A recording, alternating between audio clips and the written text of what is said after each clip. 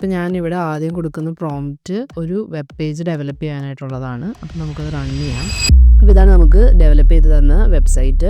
നമ്മൾ പറഞ്ഞ എല്ലാ കാര്യങ്ങളും വെച്ചിട്ടാണ് ഈ ഒരു വെബ് പേജ് നമുക്ക് ഡെവലപ്പ് ചെയ്ത് തന്നിരിക്കുന്നത്. ഹായ് ഫ്രണ്ട്സ്, ജെൻസ്പാർക്ക് എന്ന് പറയുന്ന ഒരു AI ഏജൻറ്റ് ടൂളിനെ കുറിച്ചാണ് ഇന്നത്തെ വീഡിയോയിൽ നമ്മൾ നോക്കുന്നത്.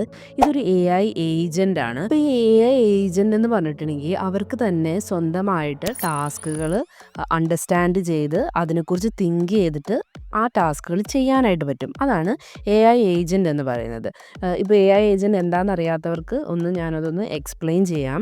ഇപ്പോൾ ഫോർ എക്സാമ്പിൾ അതിൻ്റെ ഫസ്റ്റ് സ്റ്റെപ്പ് എന്ന് പറയുന്നത് സെൻസ് ചെയ്യുക എന്നുള്ളതാണ്. ഇപ്പോൾ നമുക്ക് ചുറ്റുമുള്ള കാര്യങ്ങൾ നമുക്ക് കാണാനും കേൾക്കാനും ഒക്കെ ചെയ്യാനൊക്കെ പറ്റുന്നത് പോലെ ഈ പ്രോഗ്രാമുകൾക്ക് എന്ത് പറ്റുമെന്ന് വെച്ചിട്ടുണ്ടെങ്കിൽ ഈ ഡേറ്റ എന്ന് പറയുന്നത് നമ്മളിപ്പോൾ ക്യാമറയിൽ കൂടി കൊടുക്കുന്ന ഡേറ്റ ആയിരിക്കാം, മൈക്കിൽ കൊടുക്കുന്ന ഡേറ്റ ആയിരിക്കാം, അല്ലെങ്കിൽ നമ്മൾ ജസ്റ്റ് ടൈപ്പ് ചെയ്യുന്ന വേർഡ്സ് ആയിരിക്കാം.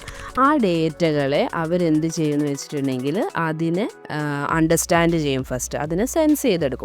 അതിനുശേഷം ഇത് കുറച്ച് ആലോചിക്കും. അതാണ് തിങ്ക് എന്ന് പറയുന്ന സ്റ്റെപ്പിൽ നടക്കുന്നത്.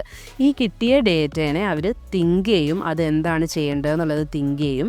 അതിനുശേഷം എന്ത് ചെയ്യണം എന്നുള്ളത് ഡിസൈഡ് ചെയ്യും. ആദ്യം തിങ്ക് ചെയ്യും, അതിനുശേഷം അത് ഡിസൈഡ് ചെയ്യും എന്ത് ചെയ്യണമെന്നുള്ളത്. ഈ ലാസ്റ്റ് സ്റ്റെപ്പായിട്ടുള്ള ആക്റ്റിൽ ഈ AI ഏജൻറ്റ് എന്ത് ചെയ്യും? ആലോചിച്ച് തീരുമാനിച്ച ഈ ഒരു കാര്യം അത് ചെയ്യും. അതാണ് ഈ ലാസ്റ്റ് സ്റ്റെപ്പായിട്ടുള്ള ആക്റ്റിൽ ഈ AI ഏജൻറ്റ് ചെയ്യുന്നത്.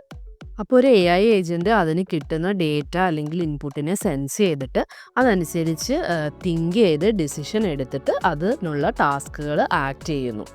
അപ്പോൾ ഇനി നമുക്ക് ജെൻസ്പാർക്ക് AI എങ്ങനെയാണ് ആക്സസ് ചെയ്യുന്നതെന്നും അത് എങ്ങനെയാണ് യൂസ് ചെയ്യുന്നതെന്ന് നമുക്ക് നോക്കാം.